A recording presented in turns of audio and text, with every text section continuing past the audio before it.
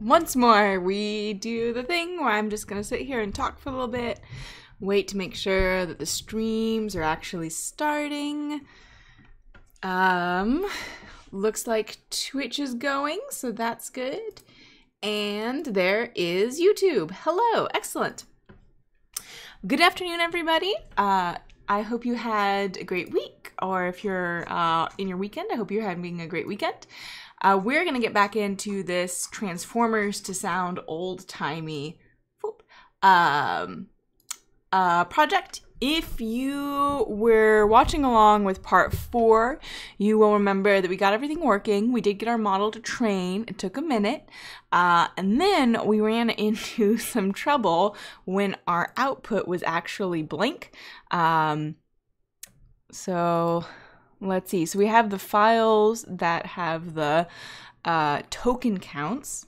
And then when we asked it to give us an output file, we ran into some trouble.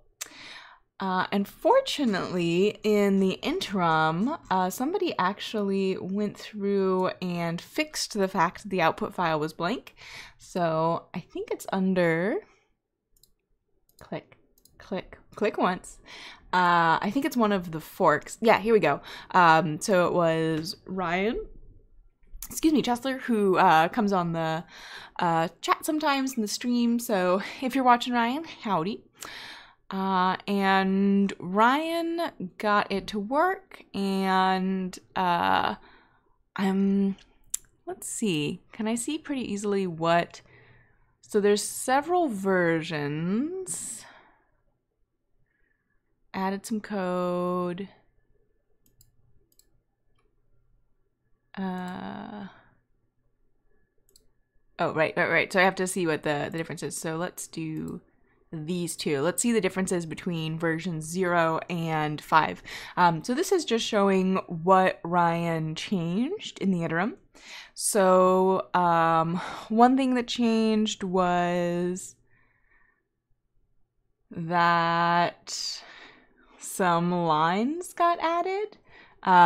It looks like there's some lines that separate things. So this is just a little bit of sugar.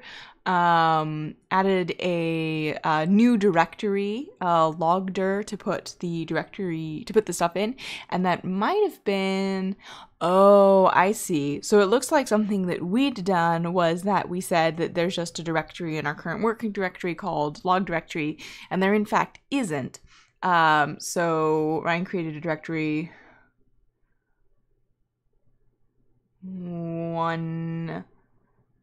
I'm not entirely sure where that is in our tree. I don't have a good mental model.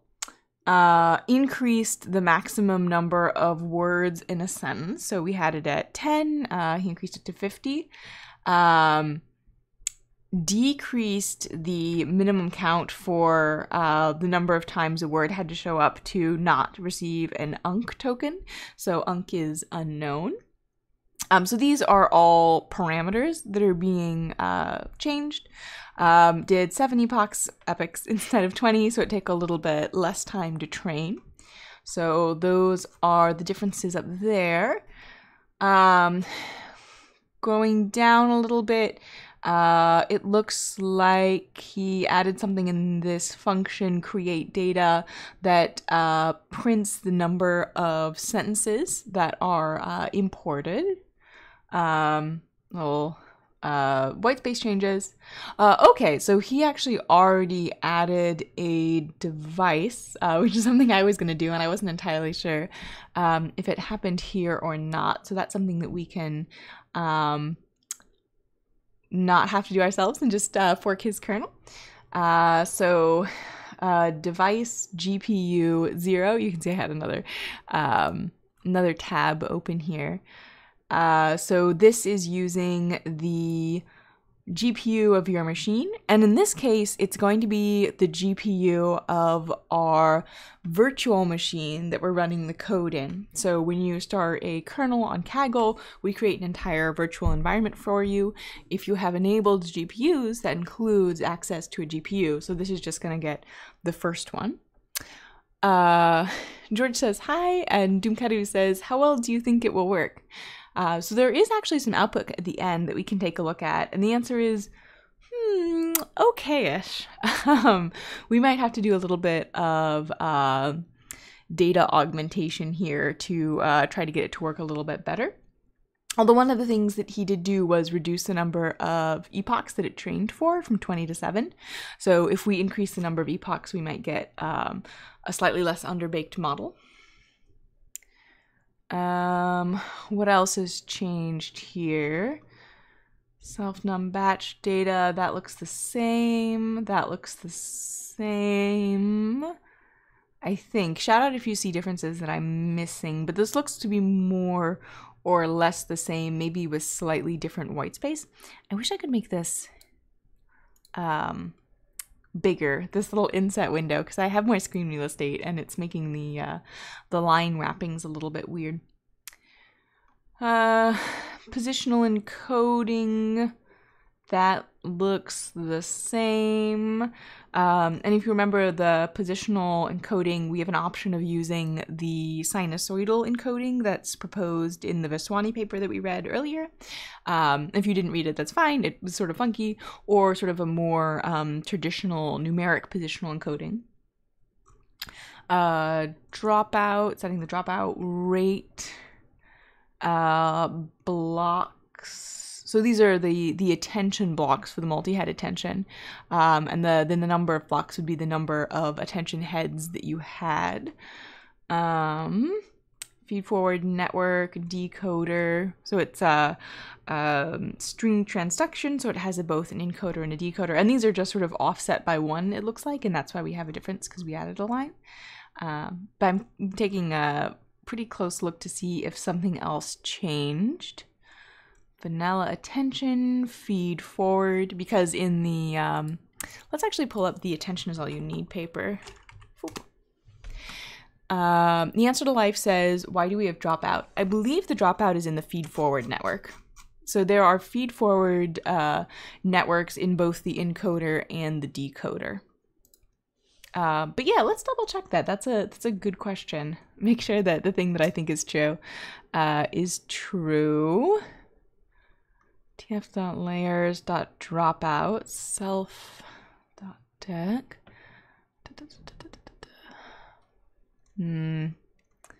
Positional encoding. Else. Dropout. Convert to tensor.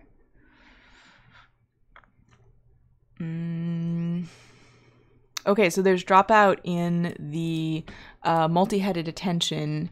In the multi-headed attention part of the block.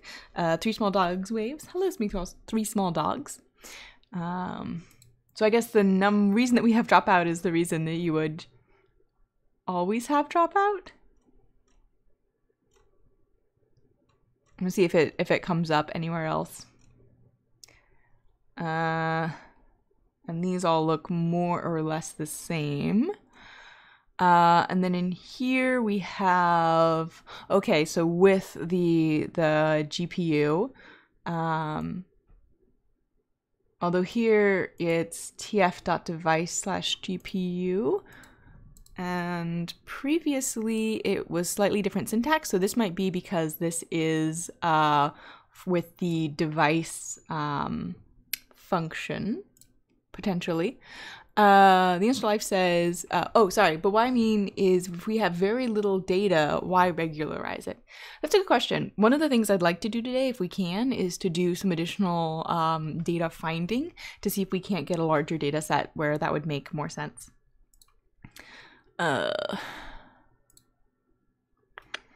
This one. Okay, so we've set the device previously, and then when we call the device function, it looks like we only have to specify that we're using the first GPU. Ishunesu, my apologies if I messed that up. That is completely on me. I'm about to finish deep learning course by Andrew Ng. Hope I will be able to break into the industry. Yeah, good luck. It's it can be rough, but if you keep at it, I hope you will find success. Three Small Dogs says on Twitch, haven't had a chance to catch one of these before. Is this something new or a continuation of a previous session? So this is a continuation of a previous session, and we're continuing to work on this project, and hopefully today we'll make it a little bit better. And Finger Draw says, what are your thoughts on OpenAI GPT-2? That is a great question. I got a lot of them. Extremely impressive. Extremely impressive. You guys are... Listen, I'm gonna finish... I know I'm like that one teacher at school that you could get like sidetracked super easily. I'm gonna finish the comparison and then we can take a little peek at that because it's relevant, because that's a transformer as well. Okay, so adding the GPU here, that's the difference. And then down here, okay, so there are some differences here. So we're adding the configuration tf.config proto allows soft placement true. And then also printing the epoch. Okay, that's good, because I remember when we were training last time, the output was extremely confusing. I don't know what this tf-config proto does, so let's look into that and see what it says. What do the options in config proto, like allow soft placement and log device placement, mean? That's a good question. That is my question. Whether soft placement is allowed. If allowed soft placement is true, an op will be placed on CPU if there's no GPU implementation for the OP, or no GPU devices are known or registered, or need to co-locate with ref type inputs which are from CPU.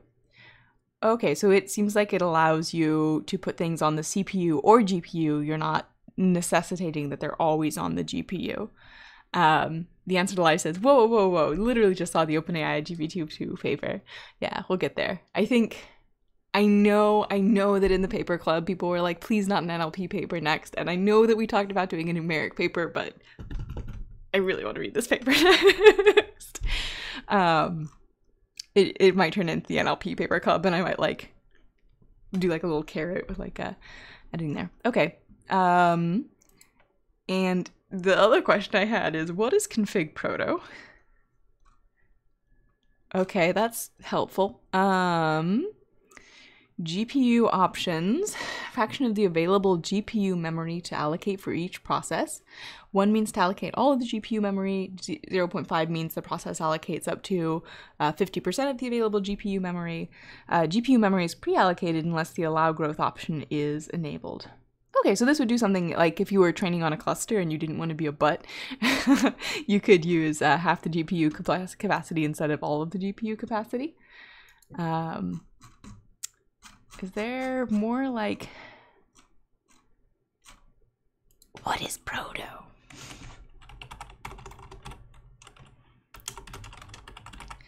This is a word that I've heard a lot, and I would like to know exactly what it is. Prototypes that feel real. What is proto? Cloud? I know that it's sometimes a cloud thing that people talk about. Proto galaxy, proto star. Okay, this is not helpful. And then we have some things that I don't know what those are. Maybe it just means prototype, so you're configuring your prototype? Eh? If somebody knows what this is and is like, that's not what it is, please let me know. All right, and then TQDM is gonna have us a nice little progress bar. Dave Dyer says protobuf. What does that mean?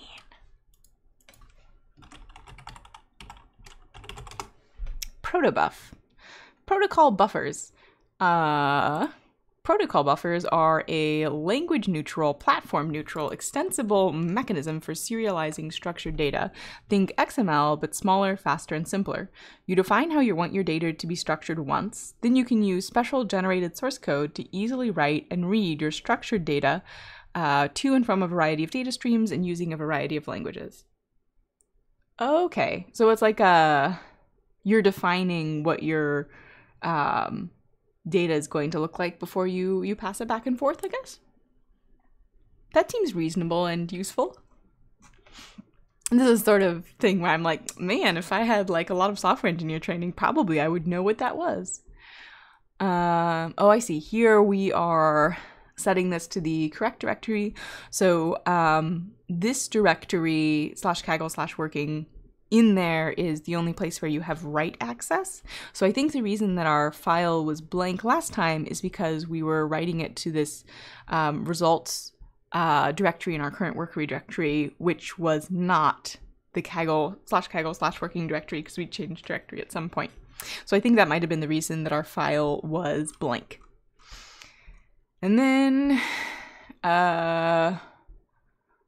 okay, so instead of writing just like lines for each, Ryan's made it so that it's a really nice data frame CSV structure. So it'll be a little bit easier to write. And then reading in that CSV and then printing it out. Yeah. So those are all of the changes that Ryan made, and I am going to give this a upvote because that's just polite, and then fork it, and we're gonna work from this. Oh, and actually, wait, stop. No, don't do that yet. Or actually, no. Why don't I do this in a new tab and we go back here and look at the output.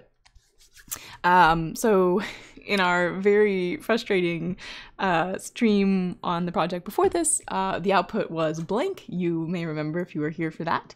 And if you were not, then I'm just telling you the output was blank. It was very frustrating. The output of this file is not blank because Ryan went through and fixed it. Thanks, Ryan. And we can actually see the output. So we have the source, which for us is one of the Bibles. I forget which one. Blah blah blah blah blah. The World English Bible, I think is what it was called. Anyway, it was the most recent of all the Bibles in the dataset, and then the target is the King James Version. And we want to put modern English in and get early modern English, i.e. King Jamesy, out. So we have this, this is what we have, this is what we're looking for, and then we have our actual prediction. And you'll notice that there's a lot of these tokens, UNK, which means that it's unknown. So in this case, Moses is probably what would be put out there because it's not in our vocabulary. So the source is, Moses indeed was very faithful, and in all his house as a servant. In all his house as a servant for a testimony of those things which were afterward to be spoken. That is very difficult to parse for me. And then the target, so this is the King James Version, was, and Moses verily was faithful in all his house as a servant for a testimony of those things which were to be spoken after.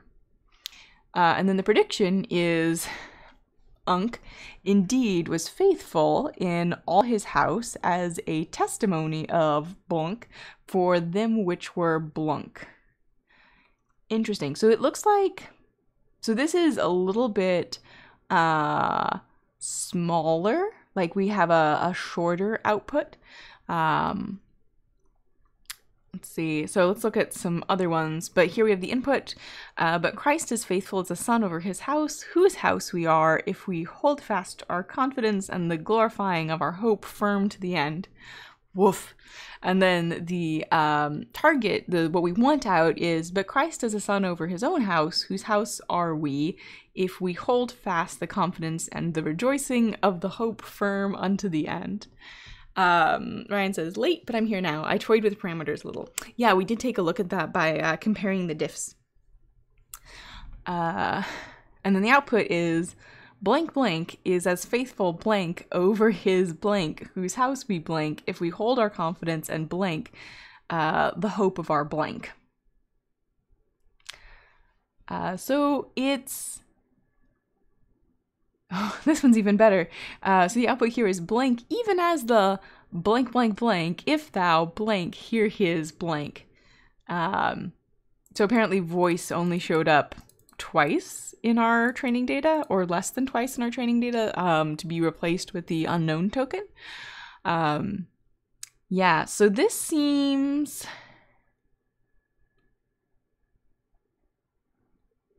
As I swore in my wrath, so I swear in my wrath, and that's been translated as blank, blank, blank in my blank. Okay, so we've got a lot of unknown tokens, and this could be due to a couple of things. So one thing is we have a pretty small vocabulary. Another thing is it could be slightly underbaked. A third thing could be that we've given the unknown tokens too high of a weight in the initial vocabulary, so it makes it much more likely that they're gonna replace them with blanks. Yeah, so let's play around with this for a little bit. So here is the new version, or rather the version that Ryan had that we forked. Ryan says, it seems to me like sometimes it is just parroting back the source sentence, and then when it tries to actually translate, it is missing a bunch of words. Yeah, it's interesting because it seems like the simplest thing would be to just parrot back the sentence, because you're going to get a pretty good blue score for that. And what is our objective function in this? What's our objective function? This is this might be fairly important. One thing I am going to do is I'm going to reduce the counts for these, because we do have a fairly small training vocabulary. So if we look at the output here, if we look at the vocabularies that we've made, the most common token is the, which is not super surprising, and we have 22,000-ish occurrences of the in our entire vocabulary, and we are saying that the end of a sentence showed up 1 billion times. So I think I'm going to be making these a little bit smaller. I think that might help. And let's say instead of 1 billion, 1 million. Let's say 100,000. I think that's plenty. Because we just, again, it's the vocabulary isn't that big. The number of tokens isn't that big. And I think it might be predisposing us towards unknown. And I think it might also be predisposing us towards end of sentence, which might be why our output is a little bit smaller. Because the distribution in the input is much higher than you would expect given a vocabulary of this size. Anyway, if that makes sense. Ryan says, training takes a while. I tried to get GPU to work, but it seems like some of the operations couldn't be put on GPU. So that must be what the proto config flexible thing was so it wasn't just that you want to use the CPU if you have the option, but if you have to use the CPU, you will, I'm guessing. And then Ryan says, I reduced the minimum number of times a word needed to occur as well, because that was truncating a ton of the vocabulary, but going even further might be good too. And here I think it's 2. Yeah. I think 2 is about as low as I'm willing to go. I think data augmentation and finding a little bit more data is going to be our best bet here. But the reducing the padding might also be helpful. And then I wanted to figure out what it is that we're actually targeting as an objective function. Because if we're targeting... Oh my gosh, now I have to make sure that I get precision and recall correctly. So in text generation, if you are targeting precision, you will be biased towards very short output strings. But if you're targeting recall, you're going to be biased towards very long output strings. So if we're actually targeting precision, then that might be another reason why our outputs are a little bit shorter than our inputs.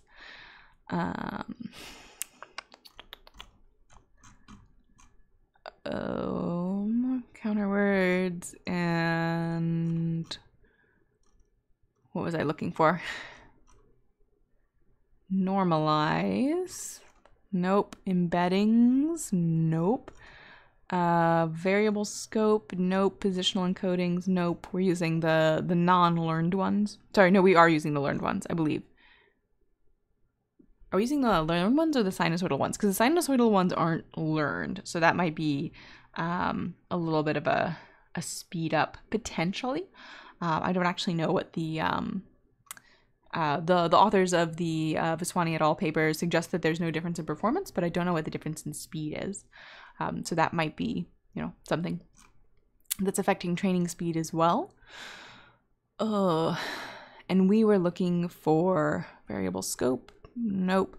Multi-headed attention, queries, keys, scope, multi-headed attention, reuse, none.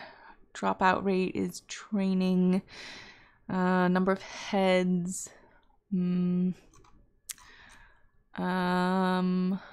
Activation is softmax.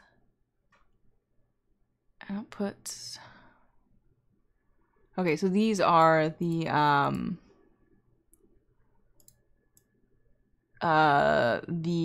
equations from the paper.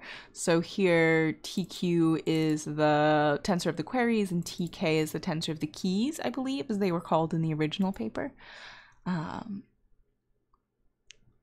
This is pretty easy to read code. Query masking, dropouts, weighted sum, restore shape, normalize outputs, return outputs.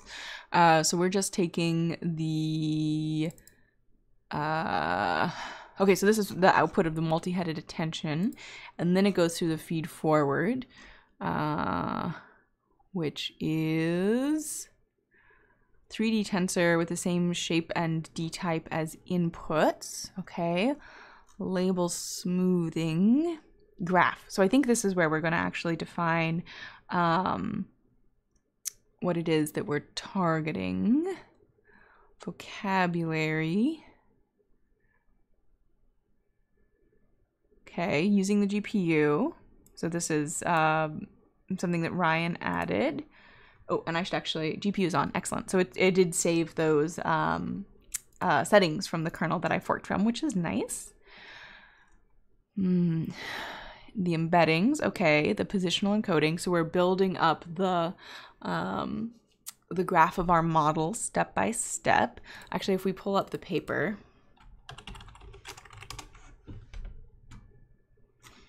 we can see that we do the embeddings, we do the positional encodings, then dropout is going to be applied to all the layers, which I believe is why we're defining it here.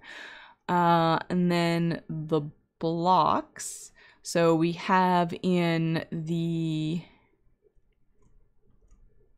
Okay, so here we're talking about what multi-headed attention looks like, and it includes the feed forward. So this is this right here. So our encoder is going to be just one of those blocks, and then our decoder is going to be that block plus an additional one that does masked multi-headed attention. It looks like. Ryan says, lol, I just tried to drop as many things as I could that would make it go to GPU, but I never got to actually use it. Oh, so it's not actually running on the GPU. Okay. And the answer to life says, can we have a look at TensorBoard through the Kaggle kernel? Oh, I think no. I think no. Wow. TNSORBOARD, Kaggle kernel. I believe not. Just at the moment. 7 months ago.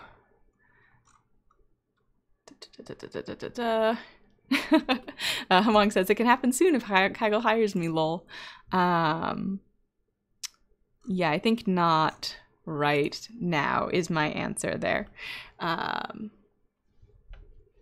will make a note that users are asking for it though on my notepad.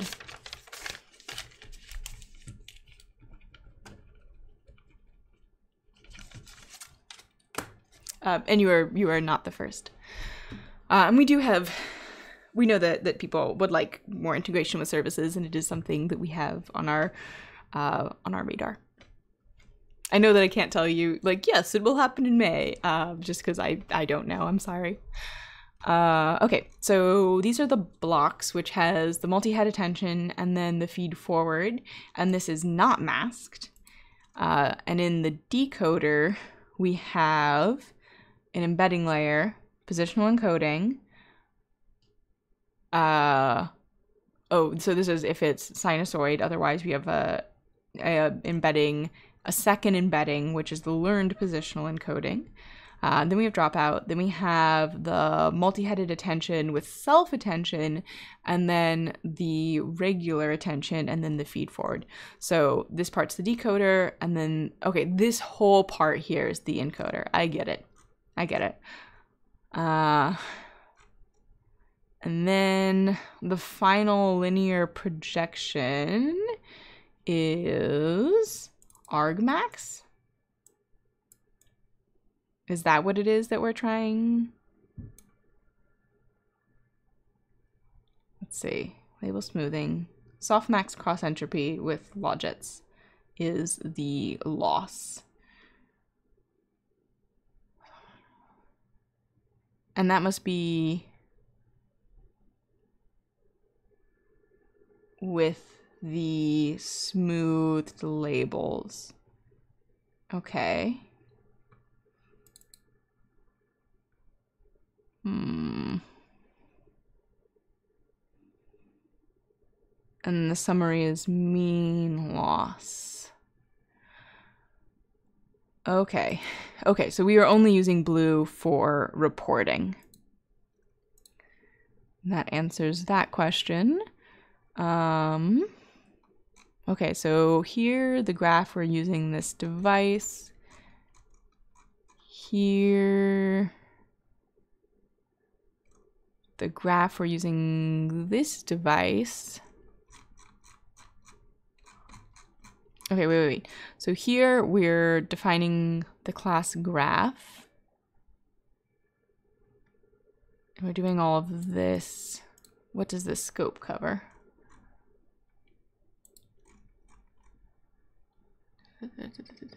Yes, okay, so it's above all of the different blocks that we're looking at.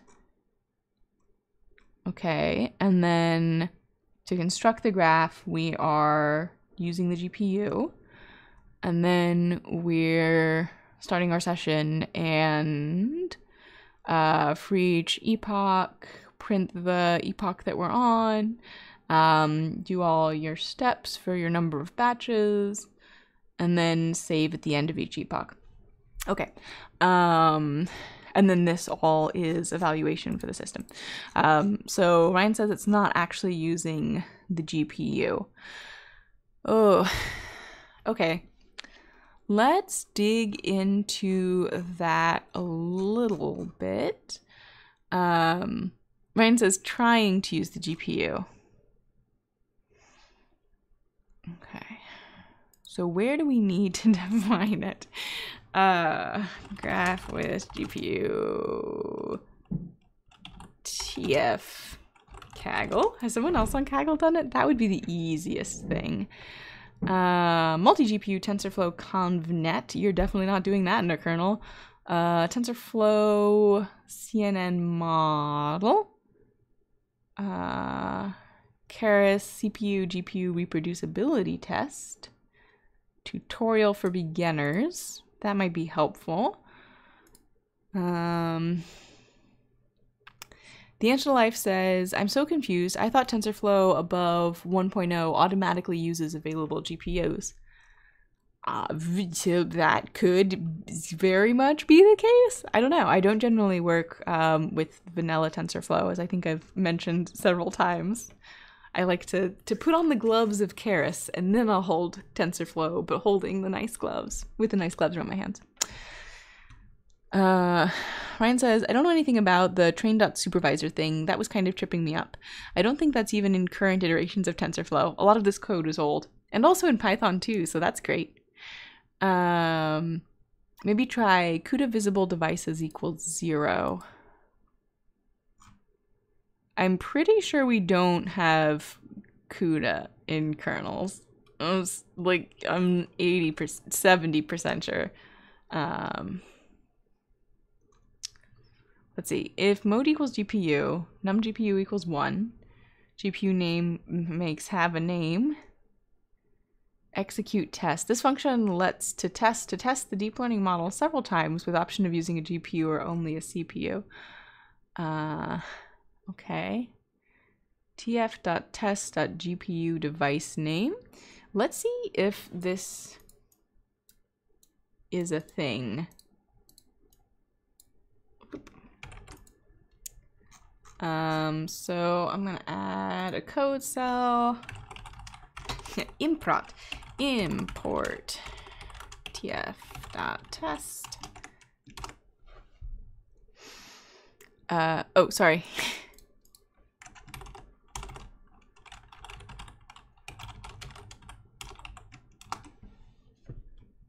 There we go. The answer to life says, lol, now I'm even more confused. I thought CUDA was necessary. I don't work with GPUs that much. That's good. We're learning together. We're all going to know more things. How to tell if there's CUDA. CUDA GPUs. Find all about it by developing our camp for money, probably. All right, that's... How can I find out which GPU is on my computer? Actually, right now there's a Chrome thing that you can do to find out your GPUs on your computer, but that won't help me because that'll tell me my physical computer I'm using and not my virtual machine that my code is running in. Check the list above to see if your GPU is on it. If it is, it means your computer has a modern GPU that can take advantage of CUDA accelerated applications. Okay, so we do have, I believe we have Tesla K80s, I believe, is what we have. Okay, well, that sounds right to me. It might be K40. The answer to life says, try NVIDIA-SMI in console. I shall. Boop. NVIDIA-SMI. Oh, yeah. It would help if NVIDIA was spelled correctly, huh? I-N-V-I-D-I-A. Oh, wait, that is correct, right? Yeah? I need to do a bang in front of it. Okay. Make it big. Let's take a look. Tesla K80. I was right about that. I don't know what these numbers mean. Driver version 396.44, GPU name, fan, temp, performance. Is this helpful? Ryan says 100% CUDA is on there, and yeah, they are Tesla K80s, which was dual GPUs cards. You feed out one of them. Okay, so we do have CUDA. That is helpful. Thank you. Oh. Okay. So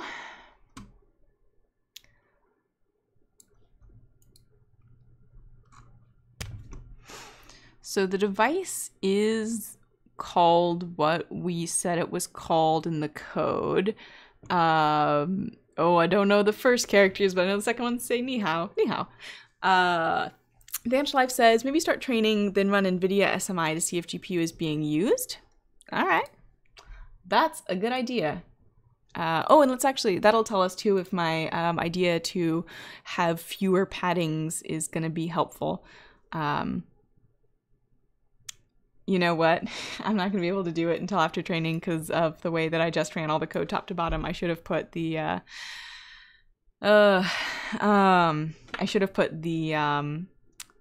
code for that in the middle of the definition of the training. Okay. Well. Okay, we're getting a lot of warnings, which might be helpful. Okay, so we're moving our things around. This is an example sentence. This is the number, 30,000 is the number of sentences that we have total. graph loaded.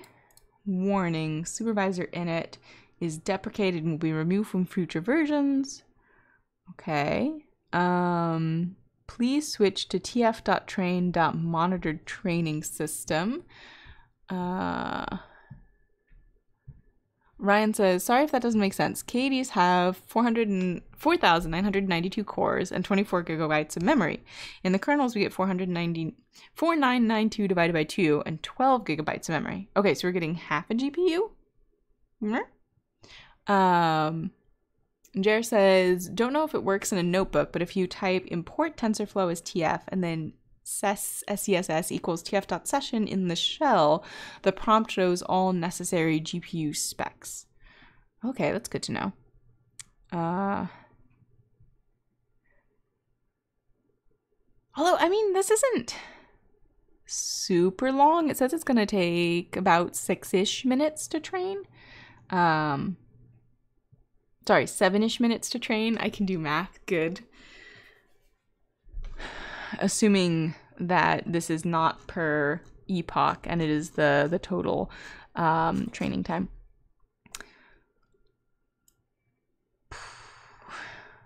Okay, I guess we'll just let this bake for a bit, because I don't think we can run cells. I don't think we can run anything in the console while this is running, unfortunately. If we ran it, it would run after all the things that are currently processing are processing.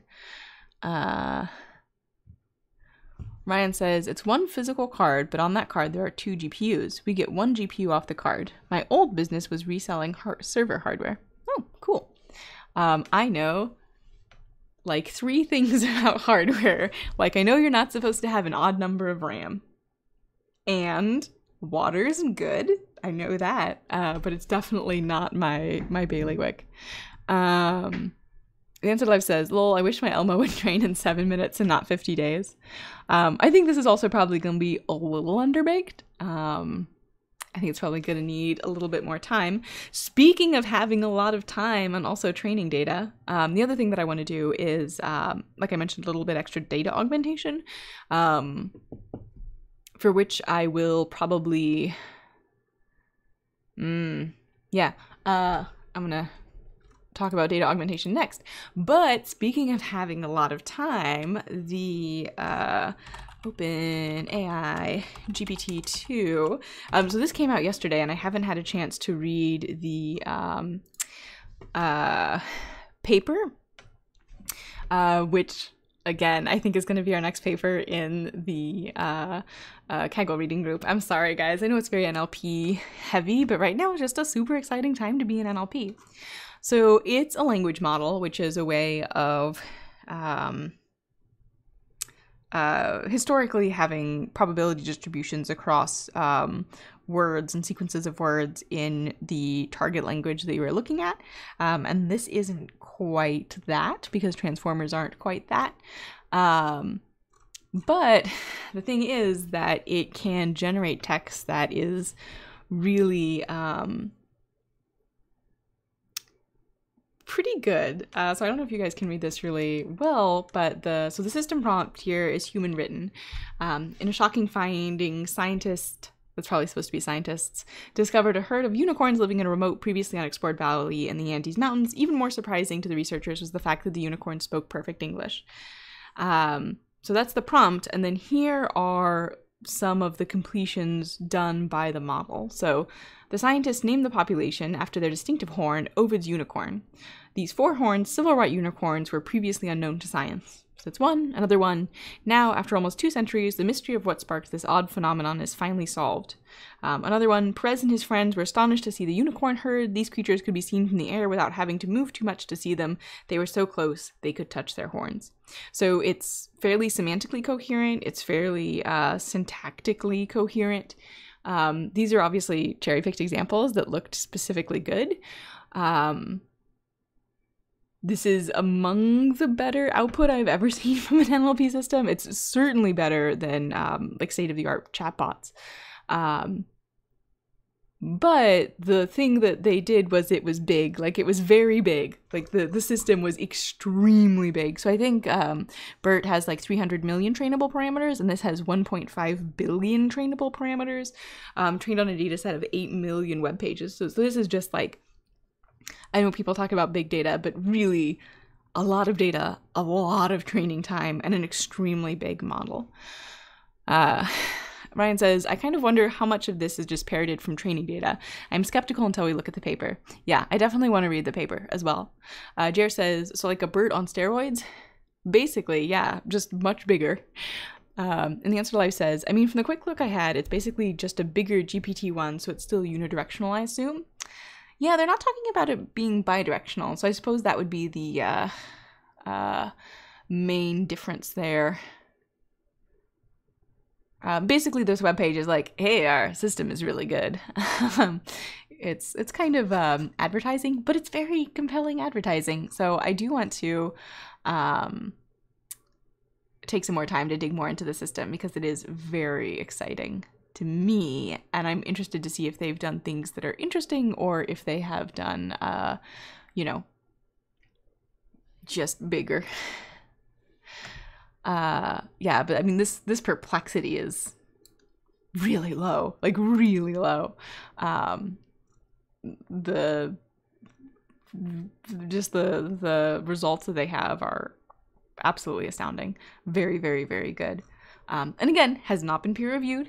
And I have not read the paper, but the outputs that they have are extremely good. So, and they also made the decision not to release the trained model because they were worried about nefarious applications of it. So like generating spam, or they're right here, impersonating people, automating abusive language.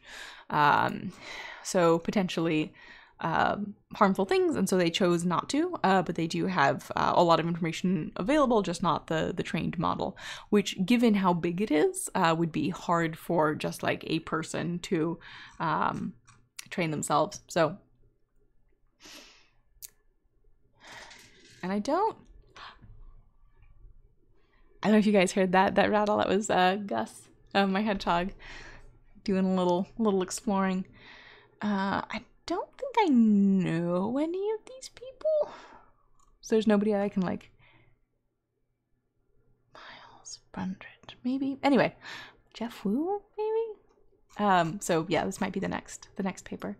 Yeah, but it's been floating around on Twitter, and people have been very excited by it. How we doing? That might have been just the first epoch.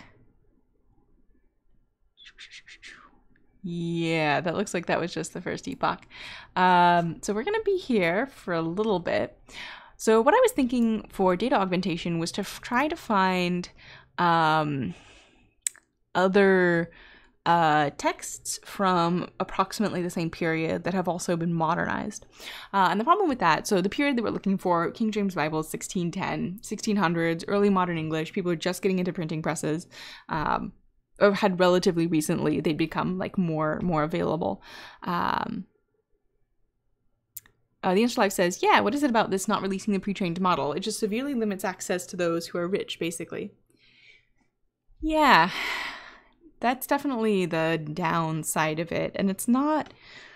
there's been a large push within the NLP research community to be more open about data and sharing pre-trained models, and like Glove is available and Bird is available and Word2Vec, and especially things that are meant to be input into larger processes. The standard hitherto has been to share that information freely and allow people to download them and use them. And it seems this is the first major project where people have chosen not to do that. And I have heard some discussion about reasons why you might not want to share your data previously. A couple folks at Facebook were like, I don't want to share my models and packages because it takes a lot of time to support people's requests for help, which I can understand. It does take a lot of time to do support, but it wasn't like we're worried that people are going to misuse it. They're like, I'd rather be doing other things. So Jer says, how much time does Kaggle give before resetting the kernel for being training too long? Oh, it's either 6 hours or 12 hours. Let's see. 6 hours. Yep, the answer live says 6 hours. Yeah, so yeah, so it is a question of access. But I do appreciate that they were thinking about the ethical implication of their work and ways that it could be abused. And I guess it's just that the quality of the generated text is better, so that the spam would be harder to filter, for example. Or, I mean, if abusive language feels like it's human generated, even if it's not human generated, and you send it to people, then that's no good, huh? Yeah, I'm still trying to figure out how I feel about them not sharing, because on the one hand, I appreciate thinking about ways that your work could be misused. On the other hand, it does seem like a barrier to access for people. Yeah. The Insist Life says, yeah, that's definitely the reason. Ethical aspects, in quotes. Yeah, it's definitely something I'd like to talk to the authors about and sort of get more of an insight into their thought processes. I don't know, I might reach out to them and be like, hey, y'all want to chat about this? What's up? Okay. Oh, right. So the other thing I was saying is 1600s, getting into printing presses, first time where we have sort of like a press as a thing. So we should have a fair amount of... Let's move this over.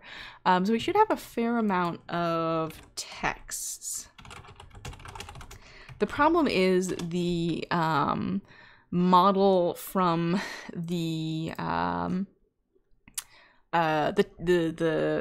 modern one, right? So the spelling in the King James Version has been modernized. We didn't have sort of a consistent spelling system until well after the 1600s.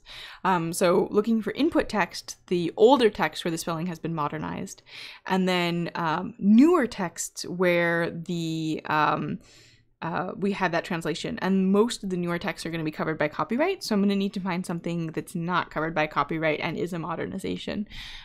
Or I don't copy it. I guess like read in the data and then chop it up and then delete the data afterwards, I guess. Ryan says, we also need the sentences to be lined up and indexed. I'm slightly less worried about that. Maybe I shouldn't be, but I think the hardest thing is going to be finding texts from the 1600s that have also been modernized, because it is early modern English. Like if it were Middle English, then we could look at translation, like Chaucer, Middle English.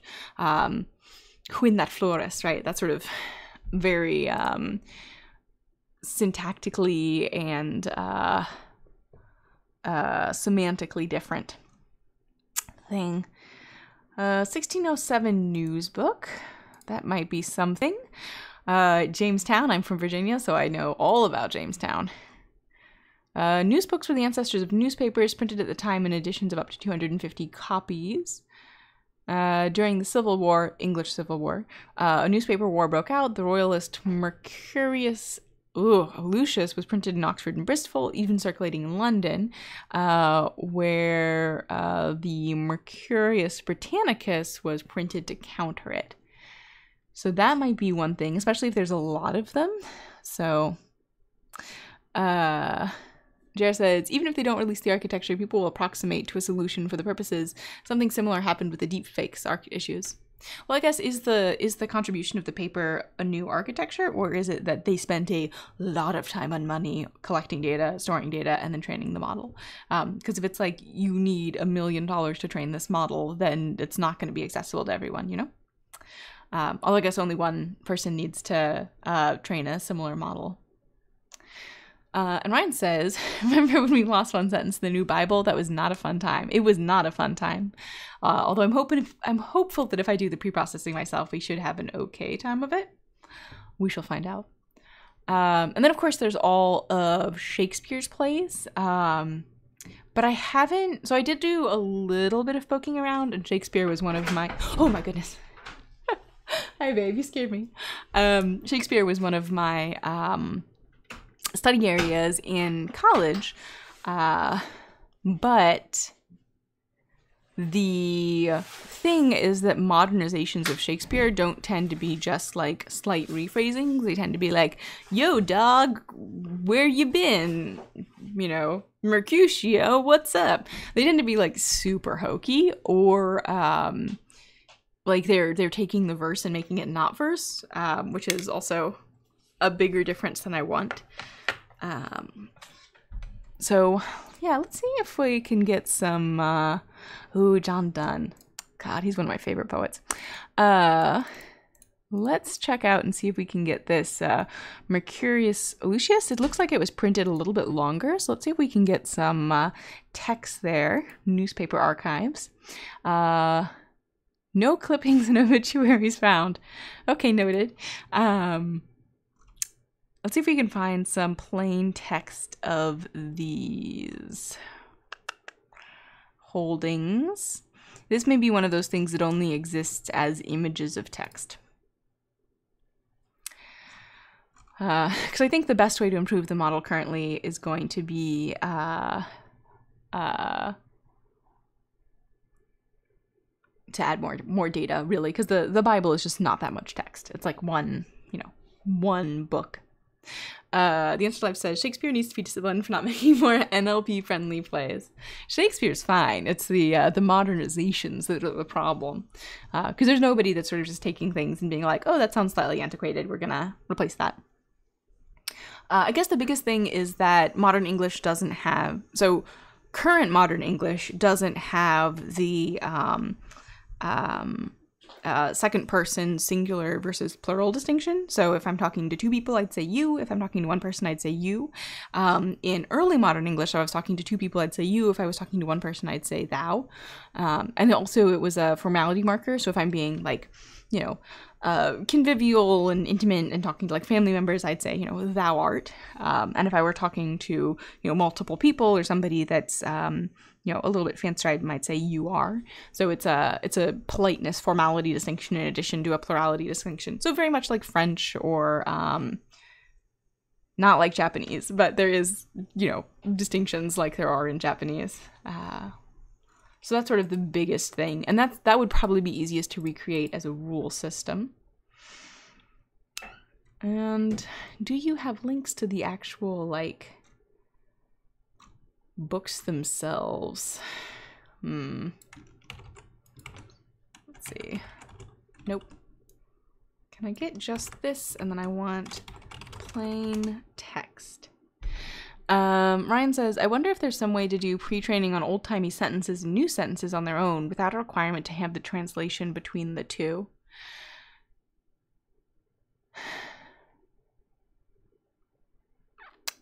Yeah, I suppose one thing that you could do, as long as we're just staring at the screen, we might stare at the screen with the training happening. One thing that we could do is to,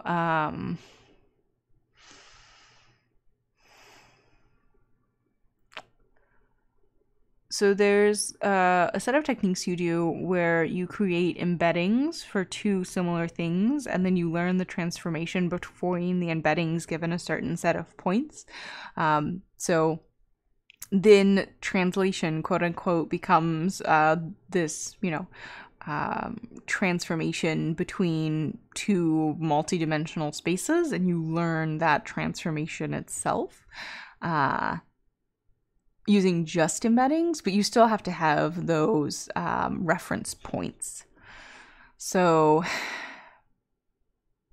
yeah, we need, for that approach, we still need parallel texts. And then the other big problem is, well, I guess it's not such a big problem because we don't care a lot if we get non-standardized spellings out. That's okay. That's, an interesting thing to get those non-standardized spellings.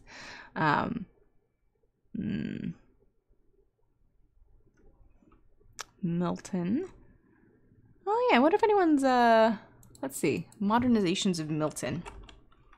Probably not because it's verse. The case against modernization. Modern editing practices. Throw them out. That's not what I'm looking for. Victorian climax. Okay, so this looks like it's sort of like the philosophy of what modernity means, which is not what I'm looking for. I'm looking for the modernization of Milton's spelling and punctuation. So I think it would actually be okay if we just had the original spellings and then the modernized spellings, actually. I think that would be fine, because then you'd get the transformation out wouldn't be sort of syntactic. It would be differences in spelling. So that might be something if we could find the original spellings and also the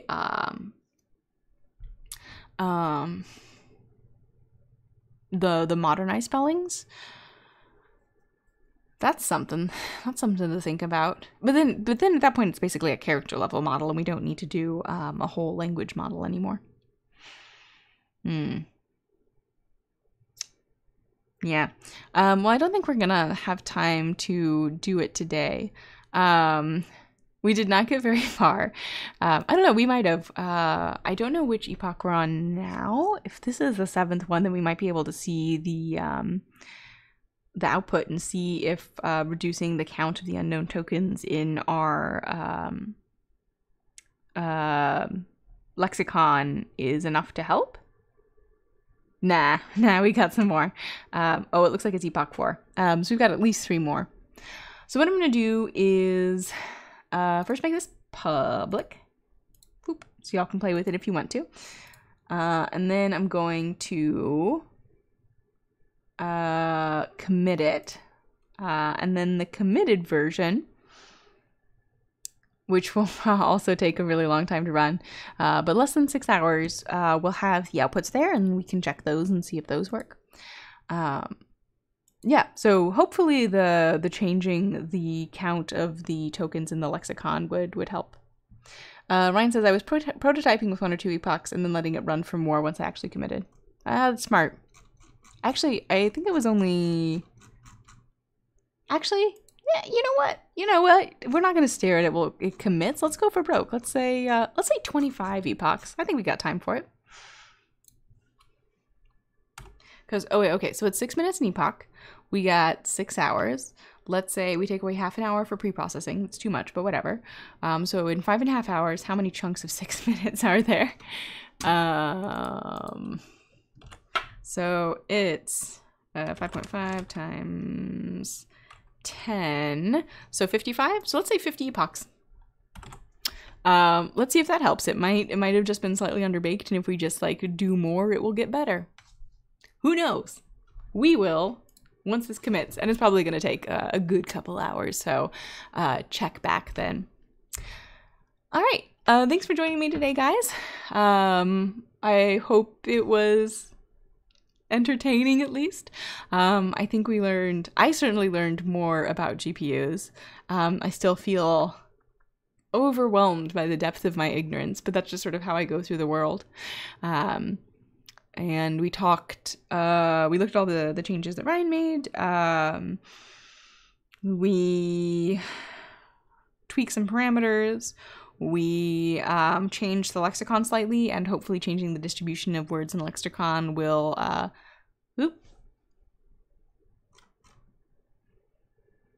Oh, no, okay, we do want that. That is a good thing that we want to see. Oh, and here you can see that we have we've created a device, Tesla K80, compute compatibility 3.7.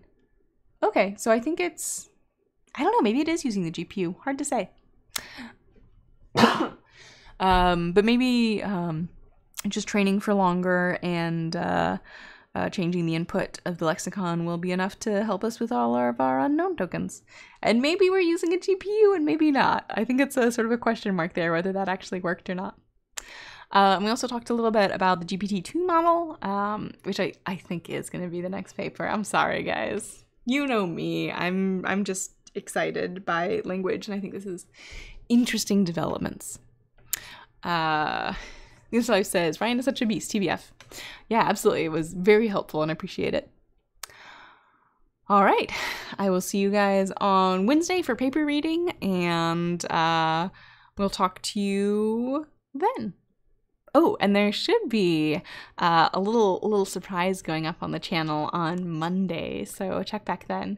Started a new series of videos where I interview folks, and we have a new interview coming up on Monday, and it will have a little bit of discussion of upcoming competitions. So if that's something you're interested in, you should check that out. And we also gave the channel a little facelift, so it looks a little bit fancier now. So, all right, thanks for joining. Have a good weekend, or enjoy your continuation of the weekend, and I will talk to you guys on Wednesday. Talk to you then. Bye.